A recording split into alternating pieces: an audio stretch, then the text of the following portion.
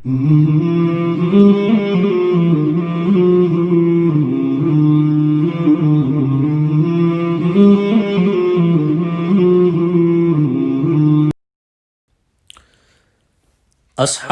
فیل کا واقعہ۔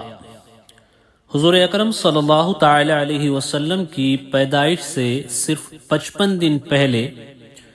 یمن کا بادشاہ ابراہہ ہاتھیوں کی فوج لے کر کعبہ ڈھانے کے لیے مکہ پر حملہ آور ہوا تھا۔ اس کا سبب یہ تھا کہ ابراہہ نے یمن کے دارالسلطنت صنعاء میں ایک بہت ہی شاندار اور عالی شان گرجا گھر بنایا اور یہ کوشش کرنے لگا کہ عرب کے لوگ بجائے خانہ کعبہ کے یمن آ کر اس گرجا گھر کا حج کیا کریں۔ جب مکہ والوں کو یہ معلوم ہوا تو قبیلہ کنانہ کا ایک شخص غیظ و غضب میں جل بھن کر یمن گیا اور وہاں کے گرجا گھر میں غلاظت کر کے پھر اس کو نجاست سے لت پت کر دیا۔ جب ابراہہ نے یہ واقعہ سنا تو وہ طیش میں آپے سے باہر ہو گیا اور خانہ کعبہ کو ڈھانے کے لیے ہاتھیوں کی فوج لے کر مکہ پر حملہ کر دیا، اور اس کی فوج کے اگلے دستے نے مکہ والوں کے تمام اونٹوں اور دوسرے مویشیوں کو چھین لیا۔ اس میں 200 یا 400 اونٹ حضرت عبد المطلب یعنی نبی کریم صلی اللہ تعالی علیہ وسلم کے دادا جان کے بھی تھے۔ حضرت عبد المطلب کو اس واقعے سے بڑا رنج پہنچا، چنانچہ آپ اس معاملے میں گفتگو کرنے کے لیے اس کے لشکر میں تشریف لے گئے۔ جب ابراہہ کو معلوم ہوا کہ قریش کا سردار اس سے ملاقات کرنے کے لیے آیا ہے تو اس نے آپ کو اپنے خیمے میں بلایا، اور جب عبد المطلب کو دیکھا کہ ایک بلند قامت، رعبدار اور نہایت ہی حسین و جمیل آدمی ہے جن کی پیشانی پر نور نبوت کا جاہ و جلال چمک رہا ہے، تو صورت دیکھتے ہی ابراہہ مرعوب ہو گیا اور بے اختیار تخت شاہی سے اتر کر آپ کی تعظیم و تکریم کے لیے کھڑا ہو گیا اور اپنے برابر بٹھا کر دریافت کیا کہ کہیے سردار قریش، یہاں آپ کی تشریف آوری کا کیا مقصد ہے؟ عبد المطلب نے جواب دیا کہ ہمارے اونٹ اور بکریاں وغیرہ جو آپ کے لشکر کے سپاہی ہانک لائے ہیں، آپ ان سب مویشیوں کو ہمارے سپرد کر دیجئے۔ یہ سن کر ابراہہ نے کہا کہ اے سردار قریش، میں تو یہ سمجھتا تھا کہ آپ بہت ہی حوصلہ مند اور شاندار آدمی ہیں، مگر آپ نے مجھ سے اپنے اونٹوں کا سوال کر کے میری نظروں میں اپنا وقار کم کر دیا ہے۔ اونٹ اور بکری کی حقیقت ہی کیا ہے؟ میں تو آپ کے کعبے کو توڑ پھوڑ کر برباد کرنے کے لیے آیا ہوں، آپ نے اس کے بارے میں کوئی گفتگو نہیں کی۔ حضرت عبد المطلب نے کہا، مجھے تو اپنے اونٹوں سے مطلب ہے، کعبہ میرا گھر نہیں ہے بلکہ وہ خدا کا گھر ہے، وہ خود اپنے گھر کو بچا لے گا، مجھے کعبہ کی ذرا بھی فکر نہیں ہے۔ یہ سن کر ابراہہ اپنے فرعونی لہجے میں کہنے لگا کہ اے سردار مکہ سن لیجئے، میں کعبہ کو ڈھا کر اس کی اینٹ سے اینٹ بجا دوں گا اور روئے زمین سے اس کا نام و نشان مٹا دوں گا، کیونکہ مکہ والوں نے میرے گرجا گھر کی بڑی بے حرمتی کی ہے، اس لیے میں اس کا انتقام لینے کے لیے کعبے کو مسمار کر دینا ضروری سمجھتا ہوں۔ عبد المطلب نے فرمایا کہ پھر آپ جانیں اور خدا جانے، میں آپ سے سفارش کرنے والا کون؟ اس گفتگو کے بعد ابراہہ نے تمام جانوروں کو واپس کر دینے کا حکم دے دیا، اور عبد المطلب تمام اونٹوں اور بکریوں کو ساتھ لے کر اپنے گھر چلے آئے اور مکہ والوں سے فرمایا کہ تم لوگ اپنے اپنے مال مویشیوں کو لے کر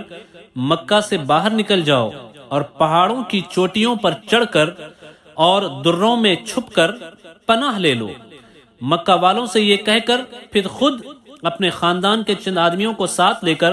خانہ کعبہ میں گئے اور دروازے کا حلقہ پکڑ کر انتہائی بے قراری اور گریہ وزاری کے ساتھ دربار باری تعالی میں اس طرح دعا مانگنے لگے، اللہم ان المرء یمنع رحلہ فامنع رحالک وانصر علی آل الصلیب وعابدیہ اليوم آلک۔ اے اللہ، بے شک ہر شخص اپنے اپنے گھر کی حفاظت کرتا ہے، لہذا تو بھی اپنے گھر کی حفاظت فرما، اور سلیب والوں اور سلیب کے پجائیوں عیسائیوں کے مقابلے میں اپنے اطاعت شعاروں کی مدد فرما۔ عبد المطلب نے یہ دعا مانگی اور اپنے خاندان والوں کو ساتھ لے کر پہاڑ کی چوٹی پر چڑھ گئے اور خدا کی قدرت کا جلوہ دیکھنے لگے۔ ابراہا جب صبح کو کعبہ ڈھانے کے لیے اپنے لشکر جرار اور ہاتھیوں کی قطار کے ساتھ آگے بڑھا اور مقام مغمس میں پہنچا تو خود اس کا ہاتھی جس کا نام محمود تھا ایک دم بیٹھ گیا۔ ہر چند مارا اور بار بار للکارا مگر ہاتھی نہیں اٹھا۔ اسی حال میں قہر الہی ابابیلوں کی شکل میں نمودار ہوا اور ننھے ننھے پرندے جھنڈ کے جھنڈ جن کی چونچ اور پنجوں میں 3 کنکریاں تھی سمندر کی جانب سے حرم کعبہ کی طرف آنے لگے۔ ابابیلوں کے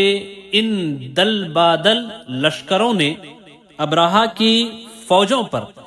اس زور و شور سے سنگباری شروع کر دی کہ آن کی آن میں ابراہا کے لشکر اور اس کے ہاتھیوں کے پرخچے اڑ گئے۔ ابابیلوں کی سنگباری خداوند قہار و جبار کے قہر و غضب کی ایسی مار تھی کہ جب کوئی کنکری کسی ہاتھی سوار کے سر پر پڑتی تھی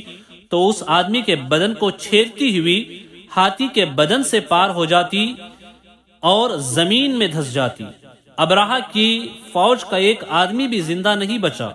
اور سب کے سب ابراہا اور اس کے ہاتھیوں سمیت اس طرح ہلاک و برباد ہو گئے کہ ان کے جسموں کی بوٹیاں ٹکڑے ٹکڑے ہو کر زمین پر بکھر گئیں۔ چنانچہ قرآن مجید کی سورہ فیل میں خداوند قدوس نے اس واقعے کا ذکر کرتے ہوئے ارشاد فرمایا، أَلَمْ تَرَ كَيْفَ فَعَلَ رَبُّكَ بِأَصْحَابِ الْفِيلِ أَلَمْ يَجْعَلْ كَيْدَهُمْ فِي تَضْلِيلٍ وَأَرْسَلَ عَلَيْهِمْ طَيْرًا أَبَابِيلَ تَرْمِيهِمْ بِحِجَارَةٍ مِّن سِجِّيلٍ فَجَعَلَهُمْ كَعَصْفٍ مَأْكُولٍ۔ یعنی اے محبوب، کیا آپ نے نہ دیکھا کہ آپ کے رب نے ان ہاتھی والوں کا کیا حال کر ڈالا؟ کیا ان کے داؤں کو تباہی میں نہ ڈالا اور ان پر پرندوں کی ٹکڑیاں بھیجی تاکہ انہیں کنکر کے پتھروں سے ماریں تو انہیں چبائے ہوئے بھس جیسا بنا ڈالا۔ صدق اللہ العظیم۔ جب ابراہا اور اس کے لشکروں کا یہ انجام ہوا تو عبد المطلب پہاڑ سے نیچے اترے اور خدا کا شکر ادا کیا۔ ان کی اس کرامت کا دور دور تک چرچا ہو گیا اور تمام اہل عرب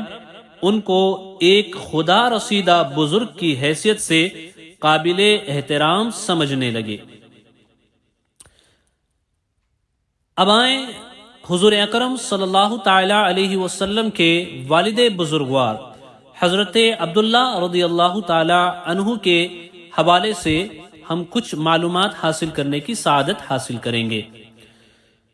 حضرت عبداللہ ابن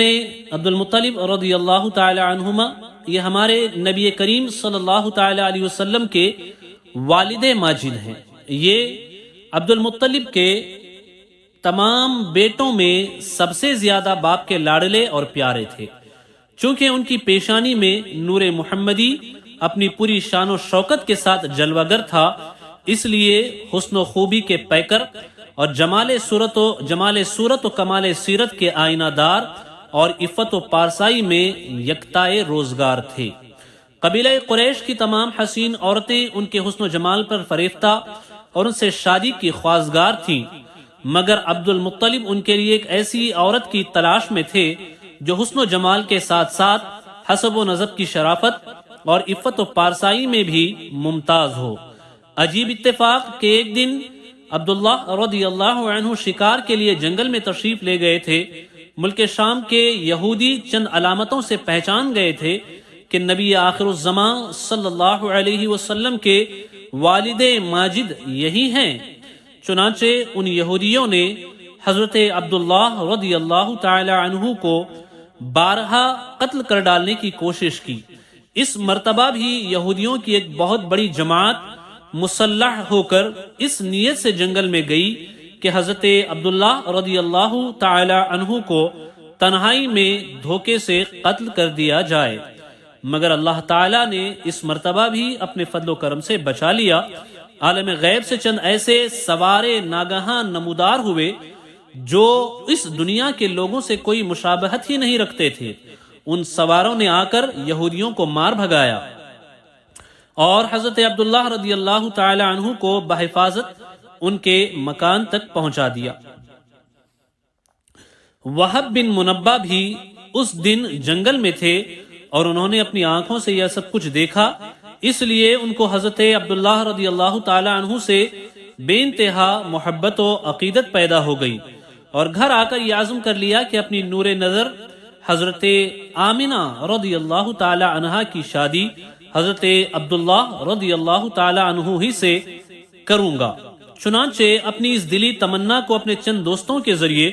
انہوں نے حضرت عبد المطلب تک پہنچا دیا۔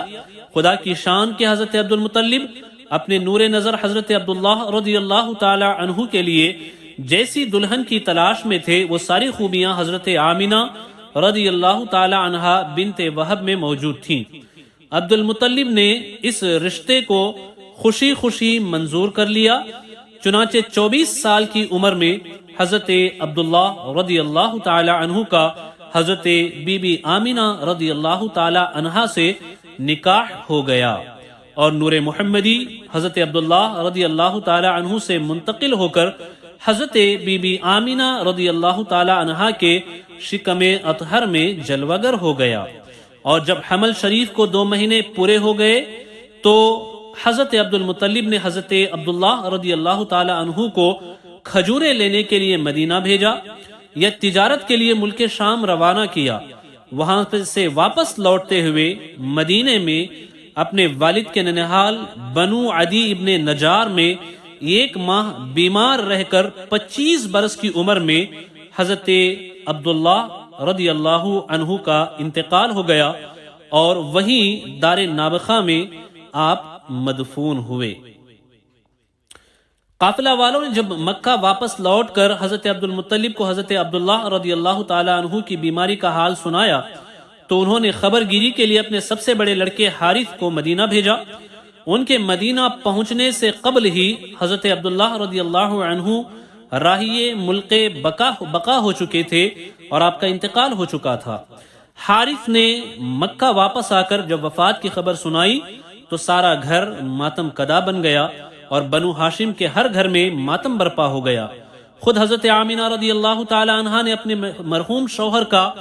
ایسا پردرد مرثیہ کہا ہے کہ جس کو سن کر آج بھی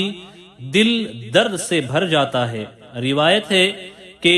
حضرت عبداللہ رضی اللہ عنہ کی وفات پر فرشتوں نے غمگین ہو کر بڑی حسرت کے ساتھ یہ کہا کہ الہی تیرا نبی یتیم ہو گیا۔ حضرت حق کی طرف سے آواز آئی، کیا ہوا؟ میں اس کا حامی و حافظ ہوں۔ مدارج النبوہ میں اس روایت کو ذکر کیا گیا ہے۔ حضرت عبداللہ رضی اللہ تعالی عنہ کا ترکہ ایک لونڈی ام ایمن جس کا نام برکہ تھا، کچھ اونٹ کچھ بکریاں تھیں۔ یہ سب ترکہ حضور اکرم صلی اللہ تعالی علیہ وسلم کو ملا۔ ام ایمن بچپن میں حضور اقدس صلی اللہ تعالی علیہ وسلم کی دیکھ بھال کرتی تھی، کھلاتی، کپڑے پہناتی، پرورش کی پوری ضروریات مہیا کرتی۔ اس لیے حضور اقدس صلی اللہ تعالی علیہ وسلم تمام عمر ام ایمن کی دل جوئی فرماتے رہے۔ اپنے محبوب و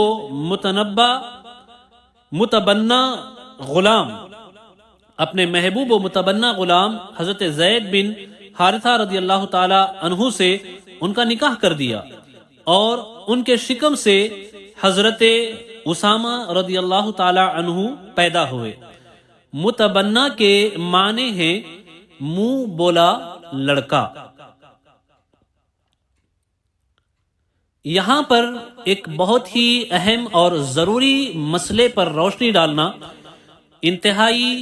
اہم معلوم ہوتا ہے۔ ہم نے حضور اکرم صلی اللہ تعالی علیہ وسلم کے والدین کا تذکرہ فرمایا، اس حوالے سے اس بات کا ذکر بھی بے حد مناسب ہے کہ حضرت عبداللہ رضی اللہ تعالی عنہ اور حضرت آمنہ رضی اللہ تعالی عنہا یعنی والدین کریمین مصطفیٰ کریم صلی اللہ تعالی علیہ وسلم کے ایمان کے حوالے سے جو صحیح عقیدہ قرآن و حدیث بزرگوں کی کتابوں اور روایتوں سے ثابت ہے، جو صحابہ تابعین طب تابعین ائمہ مجتہدین اولیاء کاملین کا عقیدہ ہے، اس عقیدے کو بھی یہاں بیان کر دیا جائے۔ حضور اقدس صلی اللہ تعالی علیہ وسلم کے والدین کریمین رضی اللہ تعالی عنہما کے بارے میں علماء کا اختلاف ہے کہ وہ دونوں مومن ہے یا نہیں۔ بعض علماء ان دونوں کو مومن نہیں مانتے، اور بعض علماء نے اس مسئلے میں توقف کیا اور فرمایا کہ ان دونوں کو مومن یا کافر کہنے سے زبان کو روکنا چاہیے اور اس کا علم اللہ عز و جل کے سپرد کر دینا چاہیے۔ مگر اہل سنت کے علماء محققین مثلا امام جلال الدین سیوطی جو خاتم المجددین کہلاتے ہیں، انہوں نے اس موضوع پر تقریباً 7 رسالے لکھے، جس میں آپ نے روایات سے بتحقیق یہ ثابت کیا کہ والدین کریمین مصطفیٰ صلی اللہ تعالی علیہ وسلم الحمدللہ مومن ہیں۔ ان کے علاوہ علامہ ابن حجر حیتمی اور امام قرطبی اور حافظ الشام ابن ناصر الدین وحافظ شمس الدین دمشقی، قاضی ابو بکر ابن عربی مالکی وشیخ عبدالحق محدث دہلوی اور صاحب الاکلیل مولانا عبدالحق مہاجر مدنی رحمہم اللہ کا یہی عقیدہ اور قول ہے کہ حضور صلی اللہ تعالی علیہ وسلم کے ماں باپ دونوں یقیناً بلا شبہ مومن ہیں۔ چنانچہ اس بارے میں حضرت شیخ عبدالحق محدث دہلوی رحمت اللہ تعالی علیہ کا ارشاد ہے کہ حضور صلی اللہ تعالی علیہ وسلم کے والدین رضی اللہ عنہما کو مومن نہ ماننا یہ علماء متقدمین کا مسلک ہے، لیکن علماء متاخرین نے تحقیق کے ساتھ اس مسئلے کو ثابت کیا ہے کہ حضور صلی اللہ تعالی علیہ وسلم کے والدین رضی اللہ عنہما بلکہ حضور اکرم صلی اللہ علیہ وسلم کے تمام آبا و اجداد حضرت آدم علیہ السلام تک سب کے سب مومن ہیں، اور ان حضرات کے ایمان کو ثابت کرنے میں علماء متاخرین کے 3 طریقے ہیں۔ اول یہ کہ حضور اکرم صلی اللہ علیہ وسلم کے والدین رضی اللہ عنہما اور آبا و اجداد سب حضرت ابراہیم علیہ السلام کے دین پر تھے، لہذا مومن ہوئے۔ دوم یہ کہ یہ تمام حضرات حضور اکرم صلی اللہ تعالی وسلم کے اعلان نبوت سے پہلے ہی ایسے زمانے میں وفات پا گئے جو زمانہ فطرت کا زمانہ کہلاتا ہے، اور ان لوگوں تک حضور اکرم صلی اللہ علیہ وسلم کی دعوت ایمان پہنچی ہی نہیں، لہذا ہرگز ان حضرات کو کافر نہیں کہا جا سکتا، بلکہ ان لوگوں کو مومن ہی کہا جائے گا۔ سوم یہ کہ اللہ تعالیٰ نے ان حضرات کو زندہ فرما کر ان کی قبروں سے اٹھایا، اور ان لوگوں نے کلمہ پڑھ کر حضور علیہ الصلاۃ والتسلیم کی تصدیق کی، اور حضور اکرم صلی اللہ تعالی وسلم کے والدین رضی اللہ عنہما کو زندہ کرنے کی حدیث اگرچہ بذات خود ضعیف ہے، مگر اس کی سندیں اس قدر کثیر ہیں کہ یہ حدیث صحیح اور حسن کے درجے کو پہنچ گئی ہے، اور صحیح و حسن حدیث سے دلیل پکڑنا یہ جمہور محدثین بلکہ پوری امت کا اجماعی موقف ہے، اور یہ وہ علم ہے جو علماء متقدمین پر پوشیدہ رہ گیا، جس کو حق تعالیٰ نے علماء متاخرین پر منکشف فرمایا، اور اللہ تعالیٰ جس کو چاہتا ہے اپنے فضل سے اپنی رحمت کے ساتھ خاص فرما لیتا ہے۔ اور امام جلال الدین عبد الرحمن السیوطی خاتم المحققین، جنہوں نے 50 سے زائد مرتبہ نبی کریم صلی اللہ تعالی وسلم کی زیارت کی، نے اس مسئلے میں چند رسائل تصنیف کیے ہیں۔ یہ رسائل تقریباً 7 ہیں، اور اشعۃ اللمعات میں اس کی تفصیل مع دلائل موجود ہے۔ اسی طرح خاتم المفسرین حضرت اسماعیل شیخ حقی رحمت اللہ تعالی علیہ کا بیان ہے کہ امام قرطبی نے اپنی کتاب تذکرہ میں تحریر فرمایا کہ حضرت عائشہ رضی اللہ تعالی عنہا نے فرمایا کہ حضور اکرم صلی اللہ تعالی علیہ وسلم جب حجۃ الوداع میں اپنے لوگوں کو ساتھ لے کر چلے اور حجون کی گھاٹی پر گزرے تو رنج و غم میں ڈوبے ہوئے رونے لگے، اور حضور اکرم صلی اللہ علیہ وسلم کو روتا دیکھ کر میں بھی رونے لگی۔ پھر حضور اکرم صلی اللہ تعالی علیہ وسلم اپنی اونٹنی سے اتر پڑے اور کچھ دیر کے بعد میرے پاس واپس تشریف لائے تو خوش خوش مسکراتے ہوئے تشریف لائے۔ میں نے دریافت کیا کہ یا رسول اللہ صلی اللہ تعالی علیہ وسلم، آپ پر میرے ماں باپ قربان ہوں، کیا بات ہے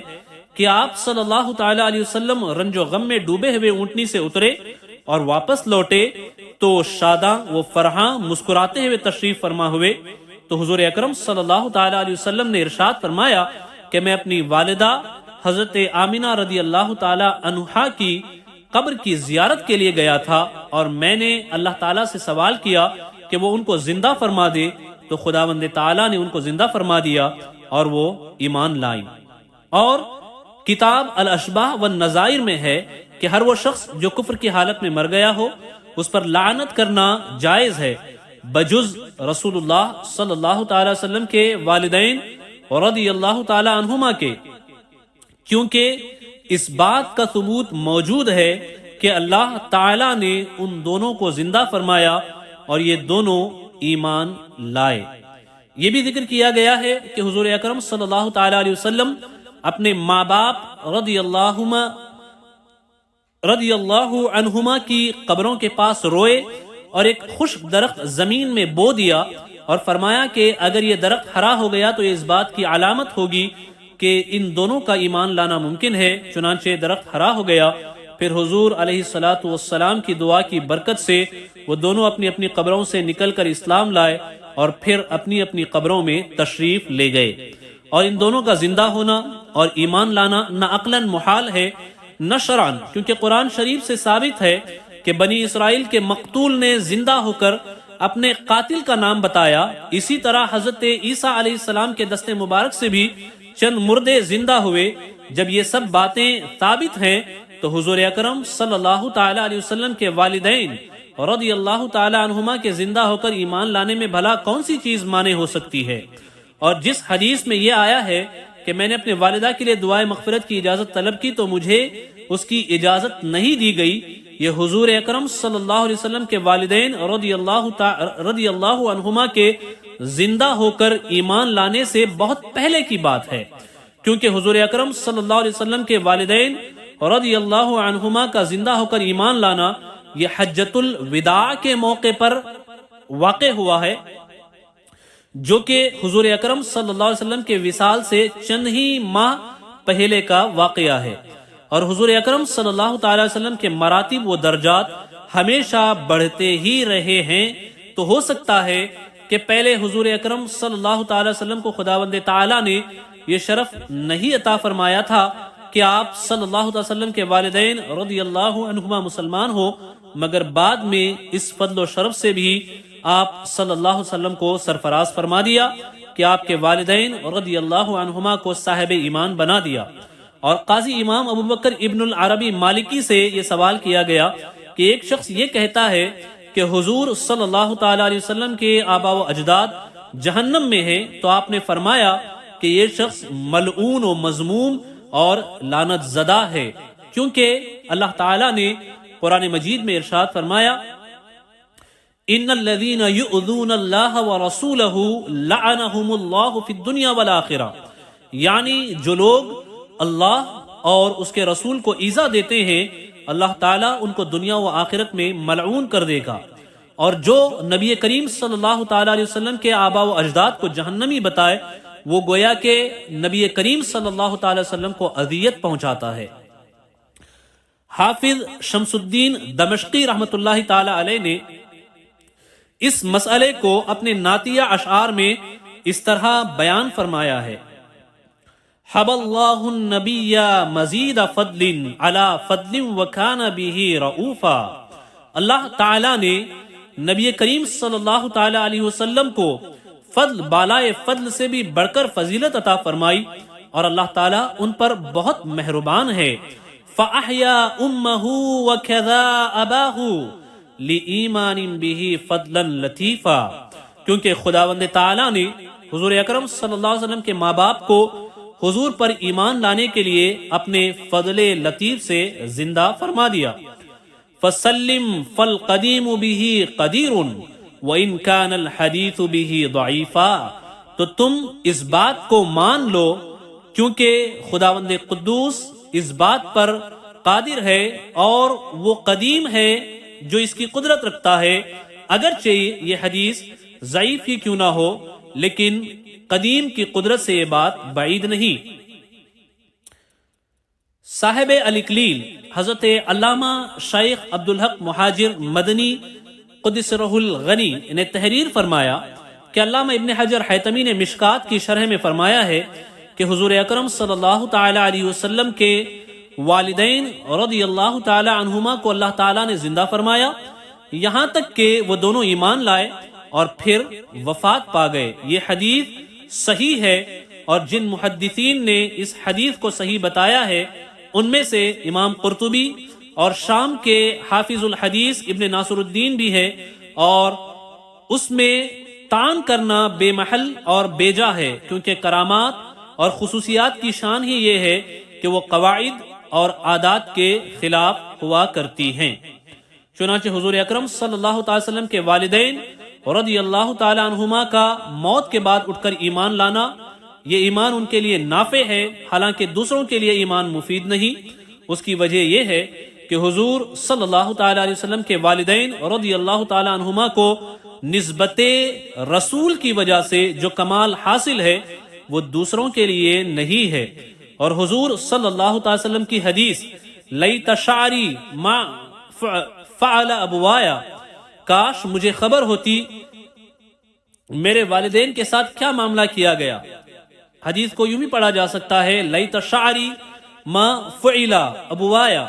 کاش مجھے خبر ہوتی کہ میرے والدین کے ساتھ کیا معاملہ کیا گیا، کے بارے میں امام سیوطی جلال الدین سیوطی رحمۃ اللہ تعالی علیہ نے در منصور میں فرمایا ہے کہ یہ حدیث مرسل اور ضعیف الاسناد ہے۔ بہرکیف مندرجہ بالا اقتصابات جو معتبر کتابوں سے لیے گئے ہیں ان کو پڑھ لینے کے بعد حضور اقدس صلی اللہ تعالی وسلم کے ساتھ والہانہ عقیدت اور ایمانی محبت کا یہی تقاضا ہے کہ حضور صلی اللہ تعالی علیہ وسلم کے والدین رضی اللہ تعالی عنہما اور تمام آبا و اجداد بلکہ تمام رشتہ داروں کے ساتھ ادب و احترام کا التزام رکھا جائے، بجز ان رشتہ داروں کے جن کا کافر اور جہنمی ہونا قرآن و حدیث سے یقینی طور پر ثابت ہے، جیسے ابو لہب اور اس کی بیوی حمالۃ الحطب۔ باقی تمام قرابت والوں کا ادب ملحوظ خاطر رکھنا لازم ہے، کیونکہ جن لوگوں کو حضور اکرم صلی اللہ تعالی علیہ وسلم سے نسبت قرابت حاصل ہے ان کی بے ادبی و گستاخی یقیناً حضور اکرم صلی اللہ تعالی وسلم کی ایذا رسانی کا باعث ہوگا، اور آپ قرآن کا فرمان پڑھ چکے ہیں کہ جو لوگ اللہ عز و جل اور اس کے رسول صلی اللہ تعالی علیہ وسلم کو ایذا دیتے ہیں وہ دنیا و آخرت میں ملعون ہیں۔ اس مسئلے میں اعلی حضرت عظیم البرکت مجدد دین و ملت الشاہ امام احمد رضا خان محدث فاضل بریلوی رحمۃ اللہ تعالی علیہ کا ایک محققانہ رسالہ بھی موجود ہے جس کا نام شمول الاسلام لآبائی الکرام ہے، جس میں آپ نے نہایت ہی مفصل و مدلل طور پر یہ تحریر فرمایا ہے کہ حضور کے جمیع آبا و اجداد موحد و مسلم و مومن ہیں۔ اب آئیں نبی کریم صلی اللہ تعالی علیہ وسلم کی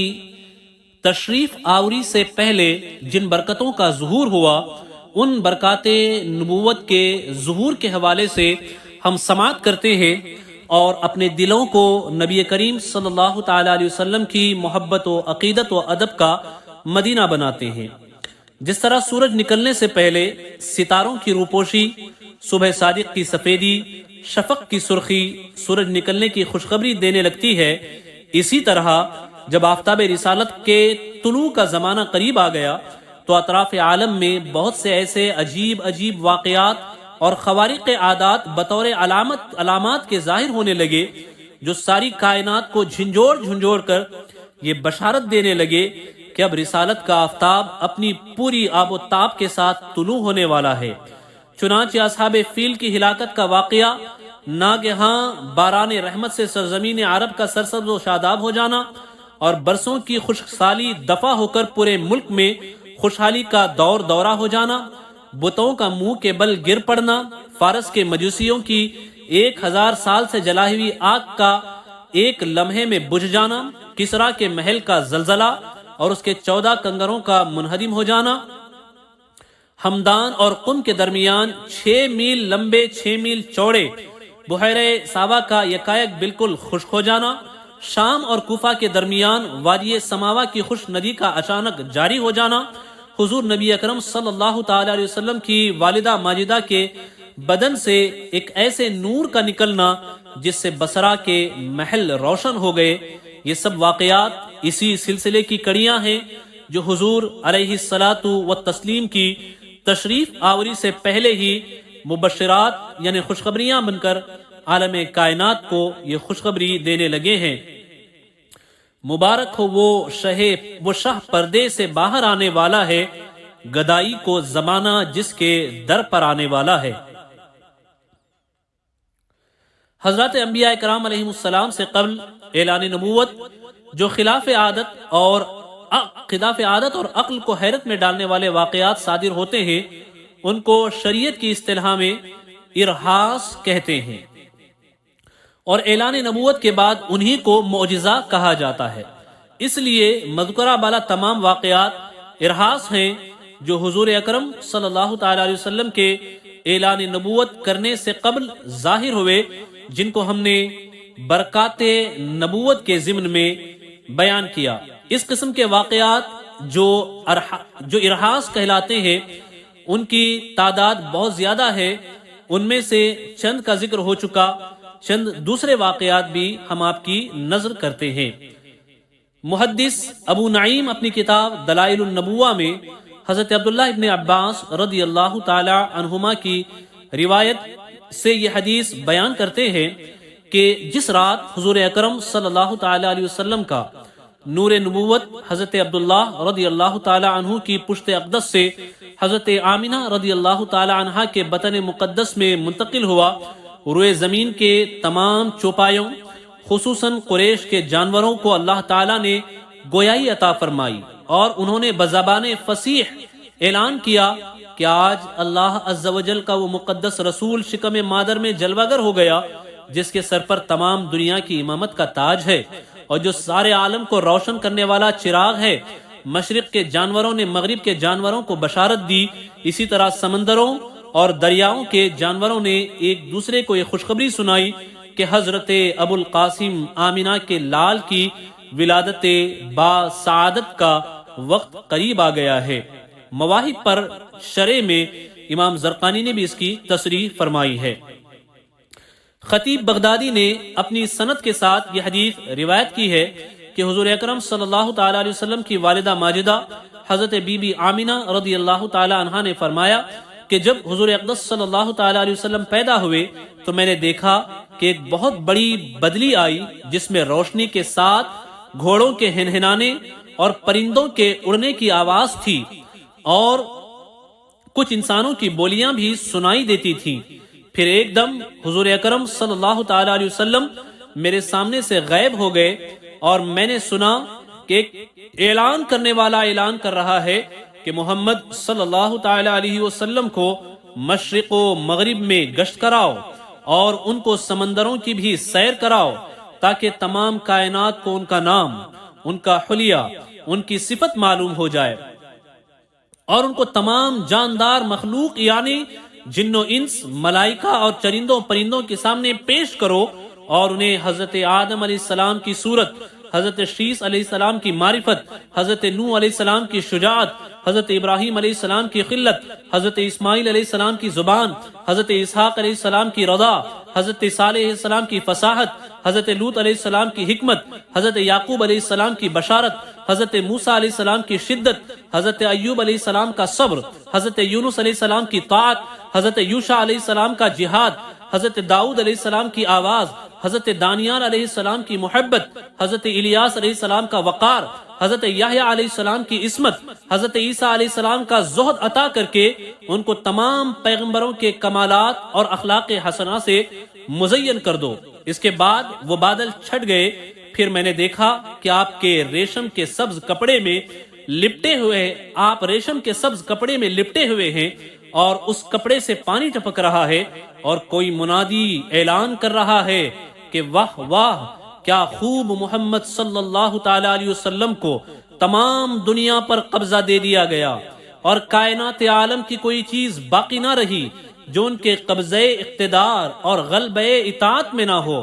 اب میں نے چہرے انور کو دیکھا تو 14ویں کے چاند کی طرح چمک رہا تھا اور بدن سے پاکیزہ مشک کی خوشبو آ رہی تھی۔ پھر 3 شخص نظر آئے، ایک کے ہاتھ میں چاندی کا لوٹا، دوسرے کے ہاتھ میں سبز زمرد کا تشت، تیسرے کے ہاتھ میں ایک چمکدار انگوٹھی تھی۔ انگوٹھی کو 7 مرتبہ دھو کر اس نے حضور اکرم صلی اللہ علیہ وسلم کے دونوں شانوں کے درمیان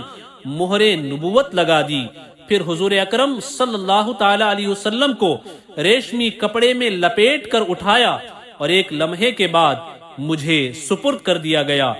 مواہب لدنیہ اور اس کی شروع اور دوسری کتب سیرت میں ان واقعات کو تفصیل کے ساتھ بیان کیا گیا ہے۔ شاعر کہتا ہے، حسن یوسف دم عیسیٰ ید بیضا داری،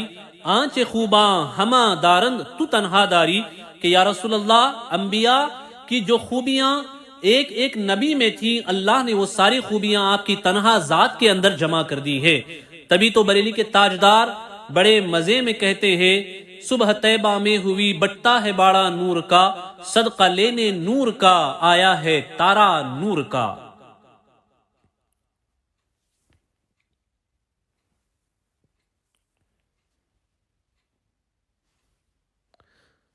اب آئیں نبی کریم صلی اللہ تعالی علیہ وسلم کی بچپن کی کچھ حالات اور بچپن کے کچھ واقعات اور ولادت باسعادت کا تذکرہ سن کر ہم برکتیں حاصل کریں گے۔ حضور اقدس صلی اللہ تعالی وسلم کی تاریخ پیدائش میں اختلاف ہے، مگر قول مشہور یہی ہے کہ واقعہ اصحاب فیل سے 55 دن کے بعد 12 ربیع الاول بمطابق 20 اپریل 571 عیسوی ولادت باسعادت کی تاریخ ہے۔ اہل مکہ کا بھی اسی پر عمل درآمد ہے کہ وہ لوگ 12ویں ربیع الاول ہی کو کاشانہ نبوت کی زیارت کے لیے جاتے ہیں اور وہاں میلاد شریف کی محفلیں منعقد کرتے ہیں۔ مدارج النبوہ میں اس کی تشریح ما دلائل موجود ہے۔ تاریخ عالم میں یہ وہ نرالا اور عظمت والا دن ہے کہ اسی روز عالم ہستی کا ایجاد کا باعث، گردش لیل و نہار کا مطلوب، خلق آدم کا رمز، کشتی ہے نوح کی حفاظت کا راز، بانی کعبہ کی دعا، ابن مریم کی بشارت کا ظہور ہوا۔ کائنات وجود کے الجھے ہوئے گیسوؤں کو سنوارنے والا، تمام جہان کے بگڑے ہوئے نظاموں کو سدھارنے والا،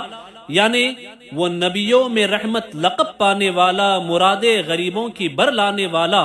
مصیبت میں غیروں کے کام آنے والا، وہ اپنے پرائے کا غم کھانے والا،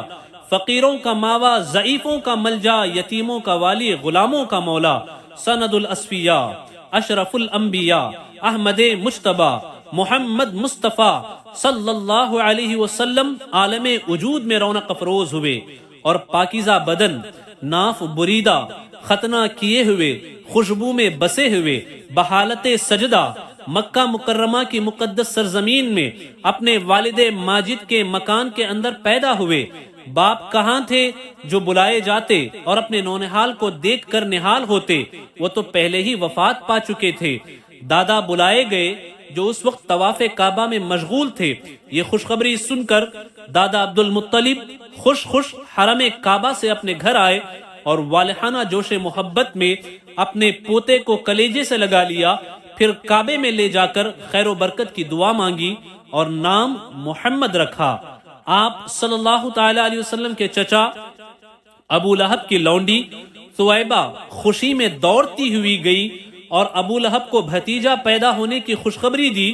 تو اس نے خوشی میں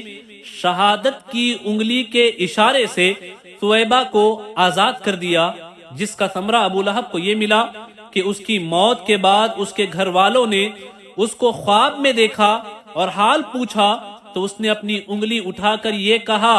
کہ تم لوگوں سے جدا ہونے کے بعد مجھے کچھ کھانے پینے کو نہیں ملا بجز اس کے کہ ثویبہ کو آزاد کرنے کے سبب، اس سبب سے اس انگلی کے ذریعے کچھ پانی پلا دیا جاتا ہوں۔ بخاری جلد دوم میں یہ حدیث پاک موجود ہے۔ اس موقع پر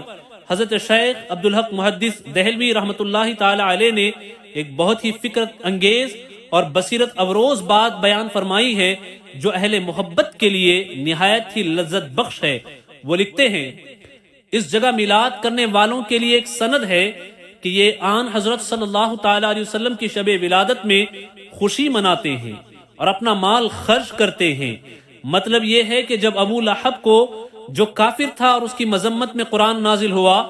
حضور اکرم صلی اللہ علیہ وسلم کی ولادت کی خوشی منانے پر اور باندی کا دودھ خرچ کرنے پر جزا دی گئی، تو اس مسلمان کا کیا حال ہوگا جو نبی کریم صلی اللہ تعالی علیہ وسلم کی محبت میں سرشار ہو کر ان کا میلاد مناتا ہے اور اس خوشی میں اپنا مال خرچ کرتا ہے۔ مولد النبی صلی اللہ تعالی علیہ وسلم یعنی میلاد مصطفیٰ صلی اللہ تعالی علیہ وسلم، جس مقدس مکان میں حضور اقدس صلی اللہ تعالی علیہ وسلم کی ولادت ہوئی، تاریخ اسلام میں اس مقام کا نام مولد النبی صلی اللہ علیہ وسلم یعنی نبی کریم صلی اللہ علیہ وسلم کی پیدائش کی جگہ اور نبی کریم صلی اللہ علیہ وسلم کے پیدائش کے وقت کو بھی مولد النبی یا میلاد النبی کہا جاتا ہے۔ یہ بہت ہی متبرک مقام ہے۔ سلاطین اسلام نے اس مبارک یادگار پر بہت ہی شاندار عمارت بنا دی تھی، جہاں اہل حرمین شریفین اور تمام دنیا سے آنے والے مسلمان دن رات محفل میلاد منعقد کرتے اور صلاۃ و سلام پڑھتے رہتے تھے۔ چنانچہ حضرت شاہ ولی اللہ صاحب محدث دہلوی رحمۃ اللہ تعالی علیہ نے اپنی کتاب فیوز الحرمین میں تحریر فرمایا ہے کہ میں ایک مرتبہ اس محفل میلاد شریف میں حاضر ہوا جو مکہ مکرمہ میں 12ویں ربیع الاول کو مولد النبی یعنی نبی کریم صلی اللہ علیہ وسلم کی ولادت کی جگہ میں منعقد ہوئی تھی۔ جس وقت ولادت مصطفیٰ صلی اللہ علیہ وسلم کا ذکر پڑھا جا رہا تھا تو میں نے دیکھا کہ ایک بارگی اس مجلس سے کچھ انوار بلند ہوئے۔ میں نے ان انوار پر غور کیا تو معلوم ہوا کہ وہ رحمت الہی اور ان فرشتوں کے انوار تھے جو ایسی محفلوں میں حاضر ہوا کرتے ہیں۔ افسوس صد افسوس، جب حجاز پر نجدی حکومت وہابی حکومت کا تسلط ہوا تو مقابر جنت المعلی وہ جنت البقیع کے گنبدوں کے ساتھ ساتھ اس نجدی وہابی یہودیوں کی وفادار حکومت نے اس مقدس یادگار کو بھی توڑ پھوڑ کر مسمار کر دیا اور برسوں یہ مبارک مقام ویران پڑا رہا۔ مگر 1959 میں جب ہندوستان سے کچھ علماء اس حرمین کی زیارت کے لیے گئے تو اس مرکز خیر و برکت کی زیارت انہیں بھی نصیب ہوئی، تو انہوں نے اس جگہ ایک چھوٹی سی بلڈنگ دیکھی۔ بعض عربوں نے انہیں اس کی خبر دی کہ اس بلڈنگ میں ایک مختصر سی لائبریری اور ایک چھوٹا سا مکتب ہے، اب اس جگہ نہ میلاد شریف ہو سکتا ہے نہ تو صلاۃ و سلام پڑھنے کی اجازت ہے۔ تو ان علماء نے اپنے ساتھیوں کے ساتھ کھڑے ہو کر دور سے چپکے چپکے صلاۃ و سلام کے نذرانے پیش کیے۔ آج بھی جو لوگ حرمین طیبین کی زیارت کے لیے جاتے ہیں تو انہیں وہ لائبریری کا پتہ معلوم ہے جسے پرانے دور تک وہابیوں کی حکومت کے آنے تک، نجدی وہابی حکومت کے آنے تک مولد النبی یعنی نبی کی ولادت کے جائے مقام کے نام سے جانا جاتا، جہاں باضابطہ میلاد مصطفیٰ کا انعقاد ہوتا۔ وہاں آج ایک لائبریری موجود ہے۔ آج بھی عاشقان مصطفیٰ جب وہاں جاتے ہیں تو اپنی محبتوں اپنی عقیدتوں کا نذرانہ چھپ کر کے پیش کرتے ہیں۔ یہ حکومت اگرچہ انہیں روکے لیکن عاشقوں کی محبت کے نذرانے بارگاہ رسالت میں پہنچتے ہیں، اور بارگاہ رسالت میں عاشقوں کے محبت کے نذرانے اور عقیدت کے پھول پہنچنے سے نہ دنیا کی کوئی طاقت کبھی منع کر سکی ہے اور نہ کوئی طاقت منع کر سکے گی۔ جب تک دم میں دم رہے گا عاشقان مصطفیٰ نبی کا میلاد مناتے رہے